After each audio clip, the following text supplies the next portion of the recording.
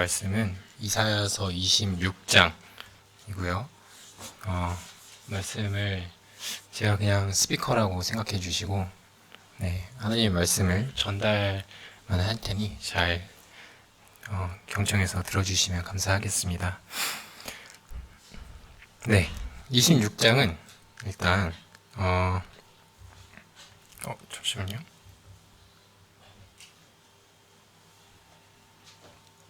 네. 26장은 일단 이사야서 25장부터 27장은 노래의 책으로서 이스라엘의 생존자가 대환란에서 건져주신 여호와를 찬송하는 그런 내용입니다. 그 중에 26장부터 26장을 볼 텐데요. 각 부분별의 핵심 구절만 보도록 하겠습니다. 26장은 1절부터 4절까지는 전능하신 하나님을 찬양하는 그런 내용입니다. 일단 핵심 구절은 4절입니다. 이번 말씀은 제가 그 영문 킹제임스 버전을 그대로 번역을 하면서 준비를 했습니다. 개역 한글의 경우 그 1900년도에 번역된 것이지만 킹제임스 버전은 1600년도 거의 한 300년 정도 전에 그 초창기 영어 성경이기 때문에 조금 더 원본이랑 가까운 번역이라고 판단이 돼서 그렇게 했습니다. 성경을 제 마음대로 바꾸는 게 아니라 원래 그대로 킹제임스 원어를 그대로 직역했다는 것을 좀 미리 말씀드립니다. 그래서 4절을 보면 너는 주님을 영원히 의지하라. 주 여호와 안에 영원한 능력이 있기 때문이다. 직역하면 이렇게 나와 있습니다. 주님에게 영원한 능력이 있기 때문에 너희는 그를 의지하라고 나와 있습니다. 저번에 김주영 형제님이 간증처럼 우리는 버스 기사님을 의지하고 맘 놓고 차를 타면서 만유의 주이신 하나님을 온전히 신뢰하지 못할 때가 많습니다. 여기서 제가 주목한 단어는 영원입니다. 영원히. 즉 끝없이 의지하라는 것입니다. 이 세상에서 저희가 주님을 부분적으로 좀 간헐적으로 의지하기 쉽습니다. 무슨 안 좋은 일이 일어나기 전에는 주님이 잘해 주시겠지. 주님만 의지합니다. 라고 하기 쉽습니다. 하지만 많은 사람들이 인간의 눈에 보기에 안 좋은 일이 벌어지면 주님을 원망합니다. 이스라엘 백성도 그랬던 것처럼요. 하지만 성경이 말하고 있습니다. 영원히 끝없이 주님을 의지하라고 나와 있습니다. 버스 기사를 의지하는 것은 저희가 안전하겠지, 사고가 안 나고 잘 도착하겠지 라는 안전함입니다. 하지만 하나님을 의지한다는 것은 잘 되겠지, 내가 바라는 것을 해주시겠지, 안 좋은 일이 일어나지 않겠지, 그런 의지함이 아닙니다. 하나님을 인도함을 받는 사람이 이렇게 몸이 안전하고 항상 순탄하고 그러지 않았습니다. 여러분도 아시다시피 사도들은 감옥에 갇히고 병들고 채찍질 당하고 그리고 또 희롱을 당했습니다. 저희들 중에 감옥 가고 채찍질 보신 분 계신가요? 저희는 이런 상황이 아직 닥쳐보지도 않았습니다. 이러한 상황이 닥쳤을 때 주님을 의지하라고, 또 영원이라는 말씀을 하신 거라고 생각합니다. 왜냐하면 바로 다음에 나오다시피 주 여호와 안에 우리에는 이해할 수도 없는 정말 그 영원한 능력이 있기 때문이다. 이 말씀과 함께 떠오르는 말씀이 있습니다. 누가복음 12장 4절 5절인데요. 몸을 죽이고 그 후에 능히 더는 못하는 자들을 두려워하지 말라. 마땅히 두려워할 자를 내가 너희에게 보이리니 곧 죽인 후에 지옥에 던져넣는 권세 있는 그를 두려워하라. 내가 참으로 너희에게 이르노니 그를 두려워하라. 우리는 이 세상에서 어떤 일을 당하든 어떤 불행하다고 느껴질 수 있는 일이 일어나도 주님을 의지해야 합니다. 우리가 보기에 끔찍한 일이 일어났을 때도 주님의 뜻이 있겠지, 이것도 주님의 인도하심이겠지라고 생각하면 세상 사람들은 광기라고 합니다. 미쳤다고 하죠. 하지만 그리스도인이 이것은 가져야 할 이상적인 태도라고 생각이 됩니다. 왜냐하면 저희 인생을 결정하시는 분은 저희가 아니기 때문입니다. 예레미야 10장 23절을 읽겠습니다. 여호와여, 내가 알거니와 인생의 길이 자기에게 있지 아니하니 걸음을 지도함이 걷는 자에게 있지 아니하다이다. 우리가 어떤 상황에도 주님을 의지할 수 있는 것은 이 세상이 모두 한시적인 것이고 그 영원한 삶이 기다리고 있는데 그분에게 그 영원한 능력이 있기 때문입니다. 네, 다음 5절을 보겠습니다. 5절부터 7절은 교만한 자와 의인에 대한 내용입니다. 5절을 보면 높은 데 거하는 자를 낮추셨다고 쓰여 있습니다. 여기서 높다는 것은 교만한 것으로 해석할 수 있겠습니다. 이사야서 전반적으로 계속 볼 때 어떠한 족속들의 멸망을 예언할 때 항상 멸망의 이유로 교만이 크게 나왔었습니다. 여기뿐만 아니라 성경 전반적으로 수없이 계속 나와 있습니다. 하나님은 교만한 사람을 굉장히 싫어하십니다. 하나님께서 저에게 주신 가장 큰 계명인 사랑과 반대되는 것 중 하나가 교만이라고 생각이 됩니다. 고린도전서 13장에 유명한 말씀이 있죠. 사랑은 교만하지 아니하며, 즉 이걸 대우 명제로 다시 말하면 교만하면 사랑할 수 없다는 것입니다.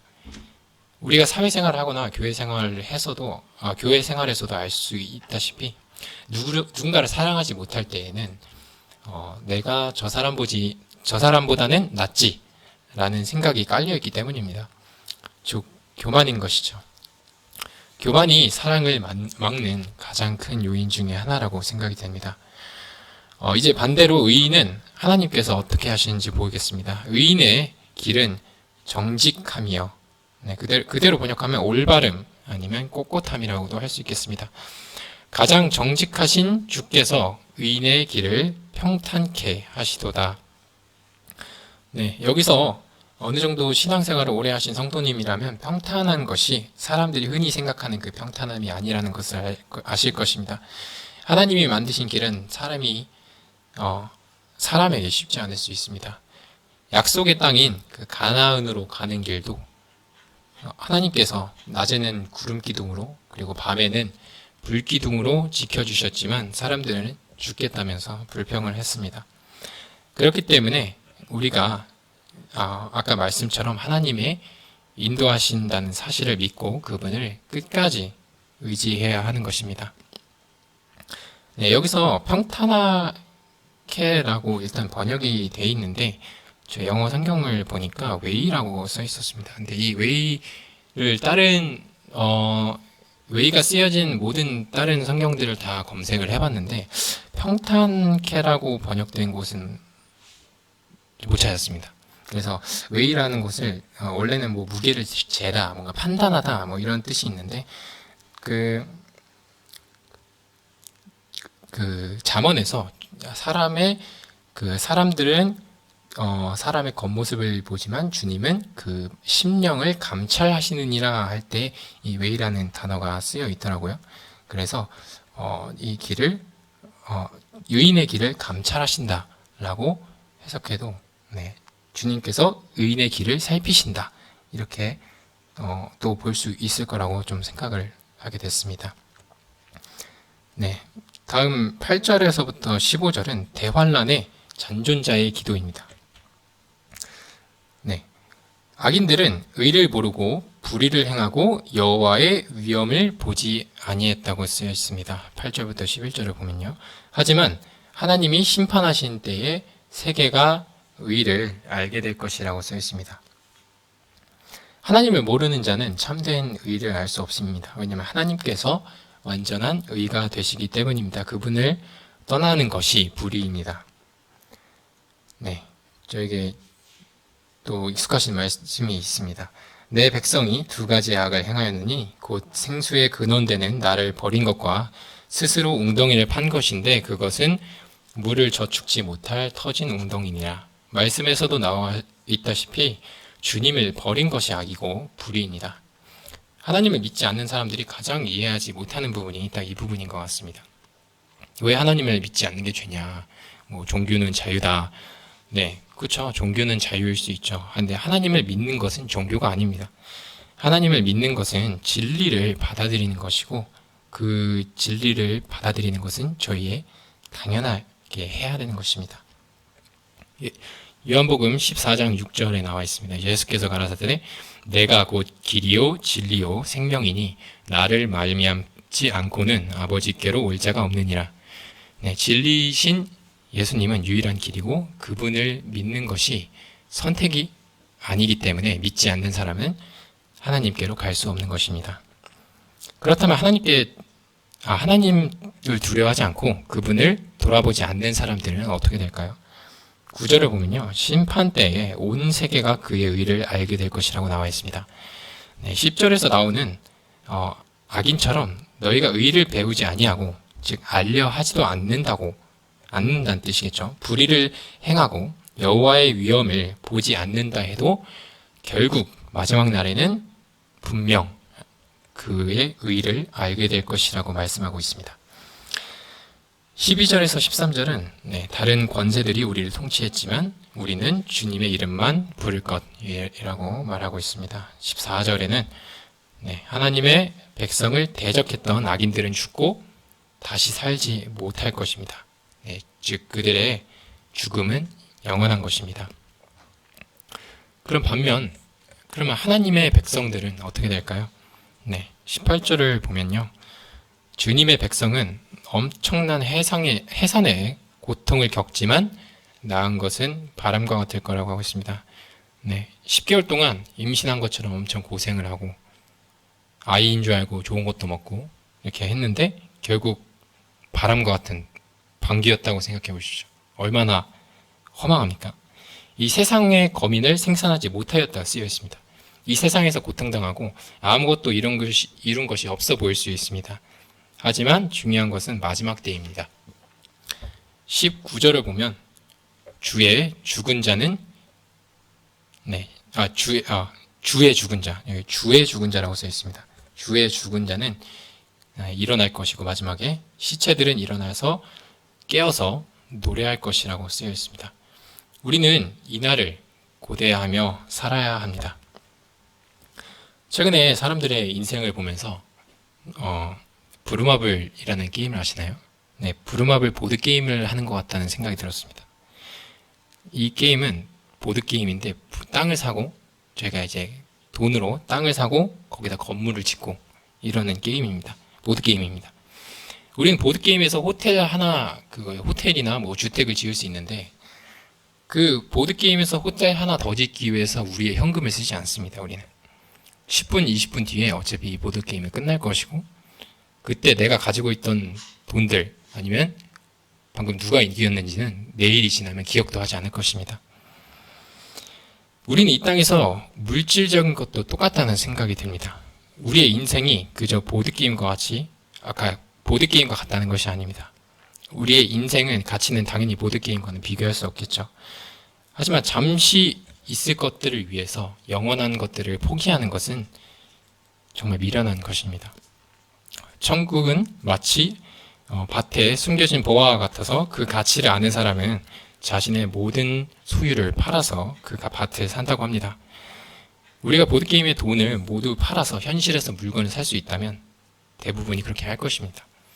하지만 세상의 돈을 영원한 것들을 위해서 사용한다면 사람들은 미련하게 볼 것입니다. 하지만 항상 깨어서 기억해야 합니다.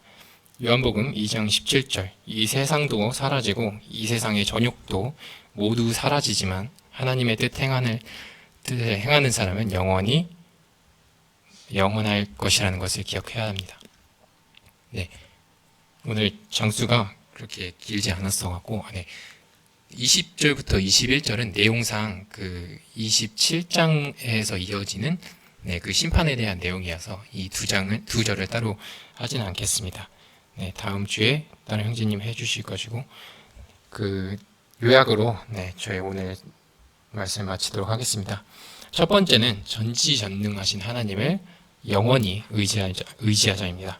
우리가 의지하고 싶을 때 뭔가 기대가 될 때 그럴 때만 의지하는 것이 아니라 우리가 어떤 일이 있든 영원히 의지하라고 써 있습니다. 끝까지 그분을 신뢰해야 합니다. 왜냐하면 그분에게 영원한 능력이 있기 때문이라고 말씀하고 있습니다. 두 번째는 하나님께서는 교만한 자를 낮추십니다. 또한 교만은 우리에게 주어진 가장 큰 계명인 사랑을 방해하는 큰 죄악입니다. 세 번째는 악인이 하나님을 두려워하지 않고 그분의 의를 배우려 하지 않는다 해도 결국 마지막 날에는 그분의 의를 전 세계가 알게 될 것이라고 나와 있습니다. 또한 악인의 죽음은 영원한 것이라고 나와 있습니다. 네 번째로 믿음으로 하나님의 백성된, 여기서는 이스라엘 백성이지만 저희도 신약에서 믿음으로 인해서 이방인들에게도 하나님의 백성이 되는 것, 하나님의 자녀가 되는 것은 차별이 없기 때문에 우리는 하나님의 백성입니다. 우리는 하나님의 백성이 된 우리는 마지막 때에 죽음에서 일어나고 그분을 찬양하게 될 것입니다. 우리는 바람처럼 사라질 이 현실을 위해서 사는 것이 아니라 마지막 주님을 만날 날을 고대하면서 깨어서 살아가야 되겠습니다. 네, 말씀 여기까지 하도록 하겠습니다. 감사합니다.